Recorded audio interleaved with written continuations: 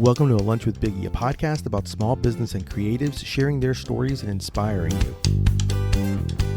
My guests today opened a new restaurant all during the pandemic, and they realized the society in Greenville, South Carolina wanted sandwiches, nudes, good drinks, and to be social. Please welcome the owners of Sandwich Society Bar and Social Club, Jeremy Krauze and Chef Chris Rosensteel. What's going on, man? What's up, man? Thank you for having me. Good to see you. Thank you for coming on, man. We've been chatting for a while online, and I'm a huge fan, even though I have not tried your food, but I will say that if the food looks, which I think it is from what I've seen, it looks anything close to what you guys are making. It is amazing because I drool every time I see everything that you guys are doing. So I definitely appreciate it. So I wanted to ask real quick, my first question I always ask right off the bat is, what is your favorite lunch slash, I brought it up before. It used to be favorite sandwich. Now it's like, what is your favorite lunch slash sandwich? Yeah. Favorite lunch, like anywhere or at Society? Wherever you want. I'm giving you like open-ended. You can give me a society answer and as well as also a personal one, not at the restaurant. For Society right now, I think my favorites are Wrigleyville, which is our take on the Chicago Italian beef. Okay. That's why my favorite for as far as sandwich goes to Society. And it in general is a spot in Atlanta called the Vortex, and yes, they have a wonderful menu. They got a couple different burgers down there that just absolutely fire. That'd be my go-to spot for sure. Yeah, that place is amazing. So at Society, I would definitely probably have to say our post bologna. I don't know if you've had that. No, nope. You know what that is. I do know what it is. Oh, it's our bologna sandwich, man. Yep. And we were a little bit nervous about it at first, but it's like it has totally taken off. It made its way into Food and Wine magazine, a bologna sandwich, bro. So yeah, dude. That's probably my favorite one in the restaurant. Outside of the restaurant, I don't know. I'm a taco guy too. So we have White Duck Taco here, and they make really good tacos. They do fun stuff like pork belly, pickled watermelon rind, stuff like that. So that's I dig that for lunch. I love a good taco. People obviously put me in a box, put me in a lunch box because they think that all I do is eat sandwiches, but I do eat other handheld foods. I love them. I'm very open to all of those. Now, so here's the real question: is a taco a sandwich? No, right. No, that's what a torta is. A torta is a Mexican sandwich. That's fair. Now I'm gonna ask. I don't want to get into an argument about this because this is like the number one question I get asked as like the quote unquote sandwich guy. And I know it's on your menu, so I already kind of know the answer. But is a hot dog a sandwich? I was about to say I already know the question. To me, yes. Hot dog a sandwich. It is a long vertical sandwich. Okay. Yeah, I would say that. Chris? I struggle with that. Is a taco a sandwich? But at least a hot dog is still like using a bun, so to speak. Yeah. But the bun is connected. The bun's connected like a taco would be connected. But a hamburger bun sometimes is connected unless you split it. So I will tell you this, and obviously I can talk food all day. I consider the burger the cousin of the sandwich. That is why the patty melt is the love child of a burger and a sandwich. Yes, it is. The hot dog to me is not, because if you didn't have a bun, you'd still have a hot dog. And to be honest, you guys already have a hot dog sandwich on your menu. It's called post bologna because that's what it is. It's bologna. Bologna is a hot dog. Yeah. So that's kind of like, that's why I made a shirt. Cause I learned real quick, never say never. Cause I said I would never put a hot dog on a shirt in my brand, but I finally got so fed up with it that I finally did. And because I kept telling everybody, they're both are different, but they're both delicious. And so I have a hot dog and a sandwich high-fiving because I love it. They're just great. So, but I'm like, but I don't consider it, but then again, who am I? I'm nobody. I'm like, I tell people, eat what you want to eat. I love it. So tell people a little bit about, because obviously if they're not in Greenville, South Carolina, they don't know about you guys. Tell people a little bit about Society Sandwich Bar. Yeah, so we just celebrated a year, May 4th. So we're a year and some change now. Really started to kind of come together, I guess about 4 years ago, the search for a building, the right spot to do it in. And it might be even 5 years that this concept's been written. I've known Chris now for about 2 or 3 years. Started to do the concept. It finally came to, I found the building. Using the call it Society, going into it saying, this is what I want to do. But I'm pretty good at cooking, but I'm no chef. I was like, so we should probably bring a professional in at the very least to consult. Chris has his own catering company as well called the Uptown Company. And, you know, we had just hit it off over the past few years. So I called him just to say, hey, does any of this like make sense? Is this cool? And he loved it so much. He's like, I want to be a part of it. And I was like, sweet. That was gonna be my next question of, would you want to be a part of it? But I didn't know how tied down and busy and caught up with Uptown he was. And Chris came on board, and we reworked the menu. Some items from the original menu stayed. And then, of course, Chris brought his touch to those items, but also a bunch of new items that make up our menu today. You know, it was kind of I always loved ramen as well. I was like, does this make sense doing sandwiches and ramen? Like, it's cool, but does it make sense? Will it make sense to people? And he said it best as kind of a modern take on the American classic of soup, salad, sandwich. I was like, that's perfect. I love that. Tried that otherwise. Out of curiosity, who came up with the Philly cheesesteak egg rolls? I think that was a original idea of mine that we kept like will this way. There was like I think we were talking about doing a barbecue and mac and cheese pork, or a barbecue pork and mac and cheese egg roll, and then the Philly cheese, and we ended up landing on the Philly cheese egg rolls. We'll talk later. I'll tell you what my go-to is. It's a family tradition. I'll just tell you now, I don't care. It's the Thanksgiving egg roll. Like, that's the one you need to make. Dude, and the key is the dipping sauce is the leftover cranberry sauce. So you don't put the cranberry sauce inside, because then you scold your mouth. Yeah. Oh, it's lava. We learned that lesson. We learned that. I bet. I bet. That lesson. I know the answer to this, but how did you guys come up with the name Society? You know, just I think a lot of the flavors of sandwiches and the ramen we're doing, it pulls from different cultures and, you know, different areas of the world. And I think society, you know, people as an everything, religions, political beliefs, sexual orientation, any of that, like, we all make up a society, and it's a beautiful thing to take and pull from all these wonderful places and flavors from different parts of the earth and different cultures, and bring them as one to, you know, society. Yeah. Out of curiosity, Chris, I know, and I figure, obviously I know Jeremy can mention this, but you as the chef could be able to tell me, like, can you guys give me a little bit of a menu inspiration, where it comes from? Because you guys like have gourmet sandwiches, you have ramen, you have cocktails, craft beer. I think there's like 16 sandwiches on the menu. You have build your own ramen. So like, where did all those come up? Because you definitely have some interesting flavor profiles. Where did you come up with all that idea from? So a couple of those things, one of which, the build your own ramen, we actually don't do that anymore. Okay. We realized that was the kitchen was very happy when I got rid of that. But so me and Jeremy have done some traveling, and me, as far as being a chef, you know, I love all cuisine, man.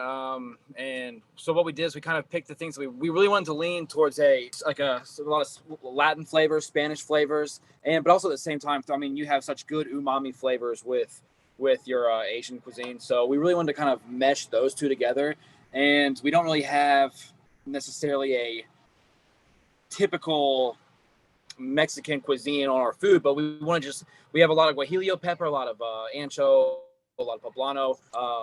So yeah, we just want to mesh those two things together. And we went to California, a bunch of restaurants out there. Wanted to bring that kind of flavor back to Greenville.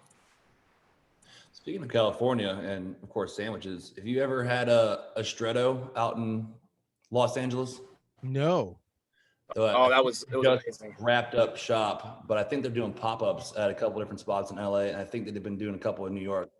Look them up. We had them, and our food doesn't even necessarily reflect exactly what they do, but they are so good. It was amazing. Was it Big Papa is one of their signature sandwich that we had? Yeah. It's like a take on an Italian. Okay. Yeah, dude, I'm looking forward to it. I think you guys actually, I don't know, I think you did. Did you end up going to JP Graziano's when you guys went to Chicago? Oh my God, yes, we did.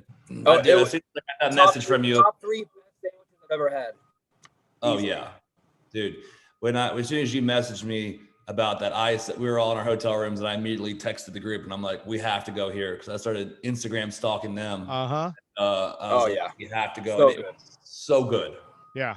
The owner, I did a 1-day trip to Chicago, and that was like the first stop I did. I flew in the morning and I flew out in the afternoon, and that was my first one. And I basically became kind of like, I tell Jimmy that we became kind of like soulmates, because like we literally spent time just talking about how he makes the sandwich. And we were just like in our own like world, just like chatting. It was like 10, it might have been like 11 o'clock. I was like the first person in the place, and I ate, and I was like, our goal was to only eat half a sub at every like place that, or a different thing. Yeah, no, I ate the whole freaking thing, and I just had to walk it, but it is phenomenal. So I'm glad you guys got to go. Well, that's honestly funny you say that, because when we were there, we were looking at these things like, wow, this is the size of a small child. There's no way I can eat this whole thing. And then 2 pounds of JP Graziano's later, we were like, holy shit. We gotta get out of here. Yeah, no, for sure. I'm kind of curious. I always like to ask chefs, especially ones that make great sandwiches. Chris, do you have any at-home sandwich making tips? Always, well, not always, but I love to toast the bread. So get a little olive oil, a little salt, a little pepper, and then put it on a griddle. You know, I think crunchy bread.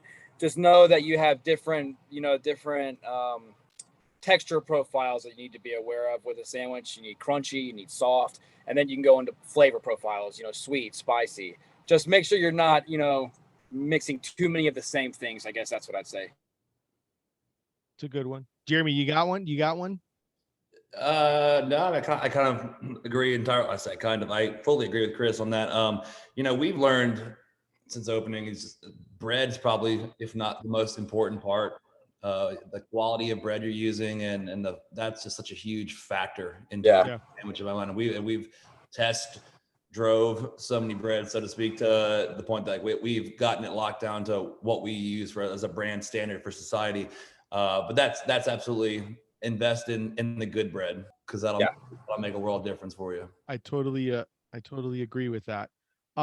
Jeremy, I've read quite a bit of your story of just kind of everything of how you kind of started. Like I know you did some bartending, you did a lot of branding and marketing for social, for a bunch of different restaurants, especially the one you were working at originally, which obviously kind of, and then I also saw that even when you stopped doing that, you even started a clothing brand in like 2018 when you did the White Rabbit supply company, where you were kind of designing everything. And I know that kind of morphed, or I guess blended into the style that you wanted to do for society. And I'm just kind of curious about between that and then also Chris, I know you run and we've talked about it already, a successful, catering business. I know you were just freshly named the 2022 Iron Caterer Champion as well. Plus, I know you're nominated for a bunch of things. I'm kind of curious, how do you guys get out of your heads? Because there's a constant grind with the two of you. You guys are always grinding. You're always doing something. How do you get out of your heads?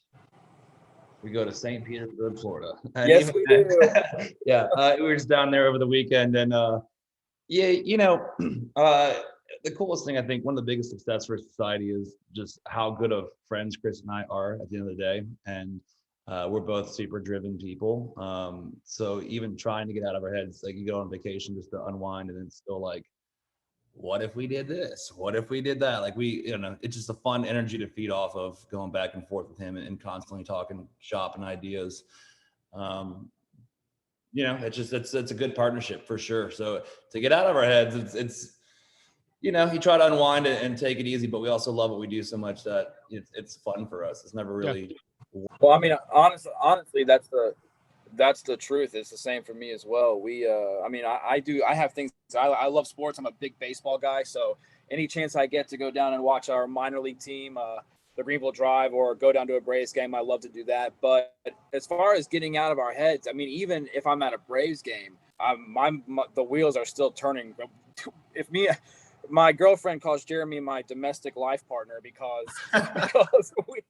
we literally text each other constantly, and it usually is, what if we did this? What do you think about this idea? So it's fun. Honestly, being in our heads right now it's honestly a fun place to be. Yeah. I mean, your place is you have 2 stories of bar and everything else. I've seen the tiki parties. You guys get really creative, and I know that a lot of that stems from what you've done Jeremy, in the past when it comes to like events, when you did for White Rabbit, what you did for other places you've worked at. You know, I see how you guys kind of involve doing kind of a mixture of like charity and community. Can you talk a little bit about that as well? Yeah, for sure. So the place I used to be the general manager of, Gringos, back in the day, we used to do these fun events, and we always tied a different charity to that. I left Gringos in 2017. And, you know, I never went to school for photography or videography or graphic design, just kind of self-taught, playing in bands with my brother as a kid and making promo ads. We, I just want to continue doing something fun, and I didn't have an outlet other than, I didn't have a physical venue and brand at that point to host. So I decided just to kind of do this fun design, and it turned out to stick. It just is, people were like, we're into it. They're like, oh, that's awesome. How do I buy that shirt? Where can I get that? And so I kept rolling with it and doing multiple designs. And then I would just team up with other restaurants and bars in downtown Greenville and put on these big fun events, between whether it was bar crawls or human foosball tournament or, you know, whatever that looked like. And then, of course, when society came into the picture, I had my own venue to host these events. Obviously, just carried right on doing that. I've always been a big fan of tiki culture and tiki cocktails. You know, that was one of my favorite things to make when I was a bartender. So Oscar and Ben, who are two of our bartenders that crafted our entire cocktail list, and Chris and I got together and we decided to do Tiki Tuesday, where we, you know, just bunch of classic and modern tiki drinks. We bring in a special guest bartender from, recently it's been everything in Greenville, but this one it's coming up on the 16th, we're super stoked for. Theodore is coming up from San Juan, Puerto Rico. So we have, you know, quite the out of towner coming in to guest with us. And then we always tied to a different either charity, or in some cases it was like a local service industry family member that, you know, we had a girl whose mother was out of work because of cancer treatments. We had a former industry guy who lost a leg at, you know, doing his job post service industry, and just raising funds to support them and just kind of love on them, man. That's awesome. No, I think it's important. I think be able to give back to the community and also be part of the community, I think is such an important part, especially when you're a restaurant like yours. And I think that's great. I mean, I think that's it's truly amazing. So the key, we obviously started talking a little bit about sandwich making, and I know like the key to a great sandwich is great ingredients. And obviously I kind of wanted to get an idea of what you guys consider are the quote unquote quality ingredients or key factors that go into running a successful business or brand. That's a good question. I try. Well, definitely having an emphasis on making sure that the staff is taken care of. With a good staff, you can really, it allows myself and Jeremy to be creative, to always try to push the limits of what we're doing and what we want to do as a brand. Our staff is fantastic. We have one of the best staffs and probably one of the lowest turnover in any restaurant that I've seen, and probably any restaurant in our immediate vicinity. But also just what Jeremy does with our brand awareness is ridiculous. Yeah. I mean, people knew who we were before we knew who we were. So, you know, that's one of the biggest things is I think is always being, you know, able to and willing to push the bounds of what you want to do, and having a staff that's behind you also wanting to push those bounds with you. No, I think that's great. What do you think, Jeremy? What do you think are some key ingredients or key factors into running a successful brand or business? Staff comes first, always, 100%. I'm a firm believer in that, and taking care of our people. You know, happiness, that's the key. Your staff's happy, they're going to make sure your guests are happy. I'm a firm believer that, you know, to have their back and make sure that they're making the money they need to make. And when they buy into the culture and the brand, you know, you just win so hard when you treat your people right. Yeah. No, I think that's awesome. I think it's also funny because Chris, if you notice, he was losing audio, and he actually said the same thing. So it's kind of cool to see that you guys are both both on the same page. I think it's so important, and that's kind of where I'm always kind of curious, like, how do you guys handle And obviously I know you guys are, it seems like you guys are very well connected or synced, but when you guys aren't synced, what do you guys usually do? I know it's always kind of difficult when you're kind of working with partners and different people. How do you guys kind of usually kind of, I guess, you may kind of mesh or kind of work out the situation when you guys are maybe have a disagreement on something, when it comes to obviously developing or building the brand? Well, I think this is wrong. I was about to say the exact same thing. Wow. No, honestly, for at least in my opinion, one of the things for us is that is to remember first off that we are friends, so we never come in too hot.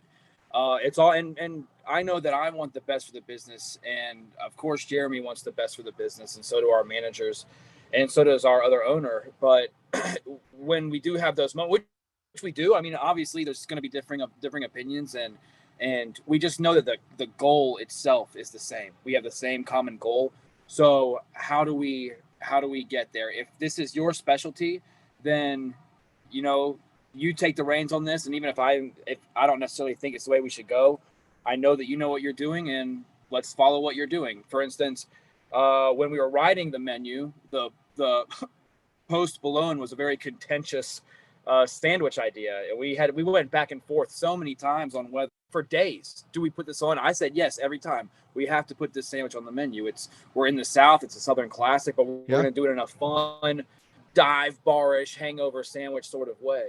And he was like, yeah, but it's still a bologna sandwich, and we're not putting that on the menu. But we ended up doing it, and it's honestly one of the best-selling sandwiches that we have. Like I said, it made it into a bologna sandwich, made its way into Food and Wine. And I believe it because I know like Turkey and the Wolf has made it, they kind of made it like, a little bit more popular than what you would, the way you have, if you make it right, and besides, there's certain classics like that totally make sense. It's kind of funny. And I think it's kind of great because all the little things that you guys have said and led up to is kind of like, it all makes sense because you talk about how like having a great staff and making the staff feel like they're part of it. And then that makes the customers feel it, because you guys obviously congrats on winning best restaurant in Greenville. Also congrats on winning best social media. I think there's like a few others that you guys have won, but those are the two that automatically kind of like perked me, because I thought you guys do a really good job. And I know, Jeremy, you do a lot of the social media aspect of it.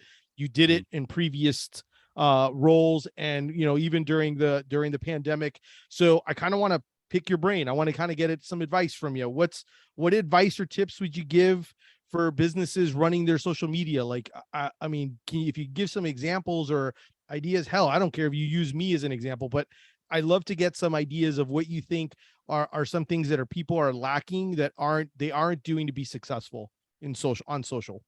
Yeah, I think a lot of people kind of somewhat phone it in, like, oh, I made a post today. I did my part. I marketed, and there's so much more that goes into it of just engaging with your online community. I mean, I spend, well, I don't know, a lot of time. It's probably at least an hour a day of just thumbing through Instagram and liking other people's photos, that genuinely liking them or leaving comments and engaging the community. Anytime someone tags us in something, whether they're in the restaurant having a meal, or they have sunglasses on, or a koozie, and they're sitting on a beach drinking a beer. They're not even in our store, and they still think to tag us. I think that's a huge win for us on that level of marketing. That people are running around in shirts. They're out they're out seeing whoever live at a concert, and then they're wearing a society shirt, and they take a selfie, and they tag the band, and they tag us, and like that's super cool.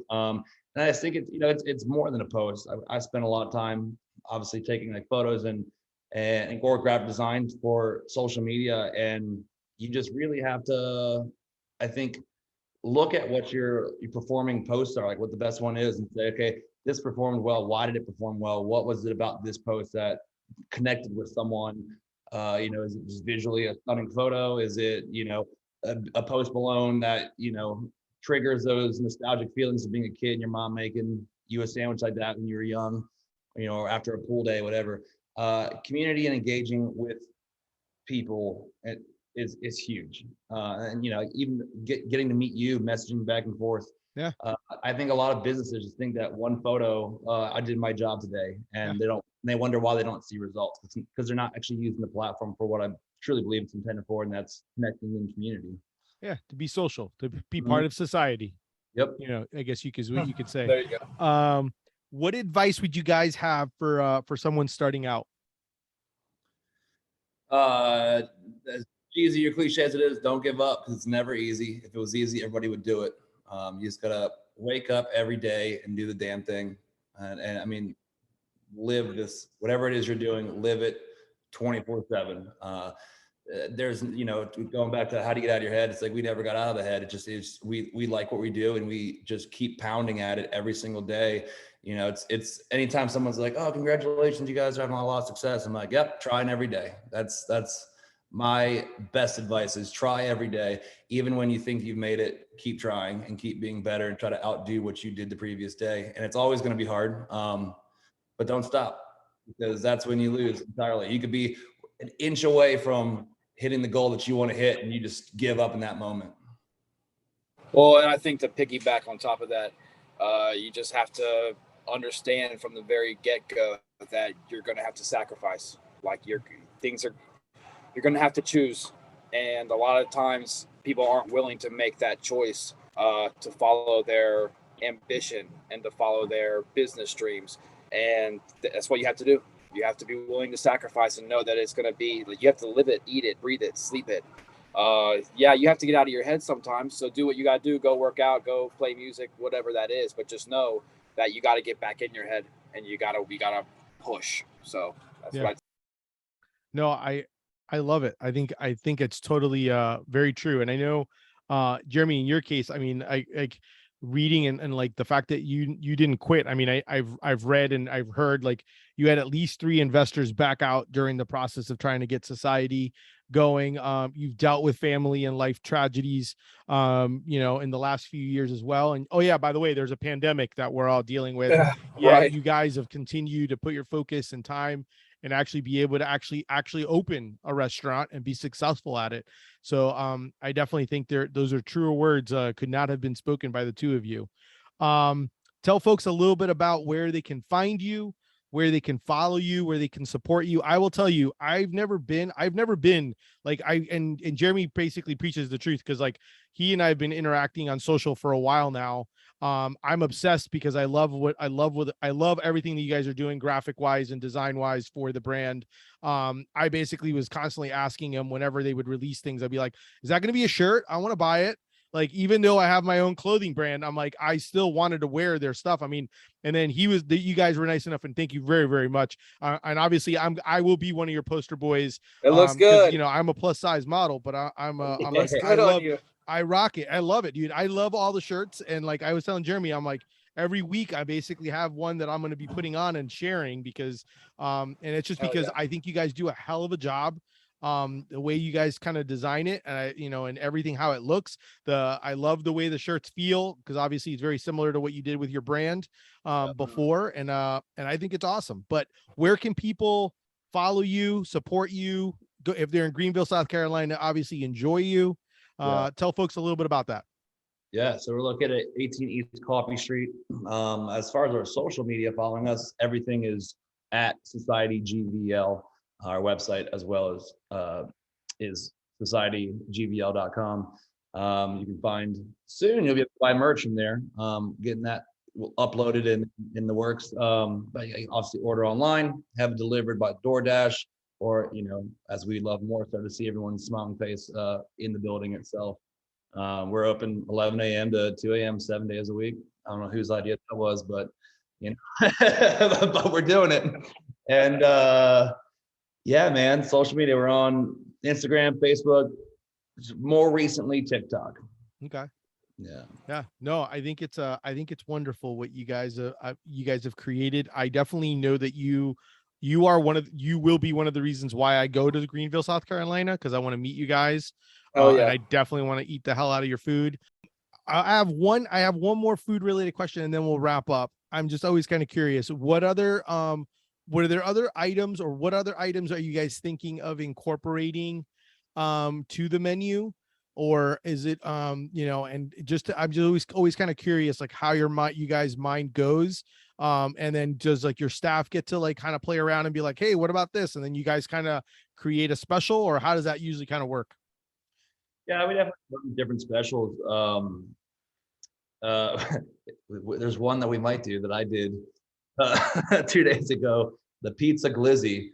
We took puff pastry and rolled up a hot dog, and then did garlic butter, mozzarella, pepperoni, and crispy crushed prosciutto with marinara sauce for dipping, and it was fire.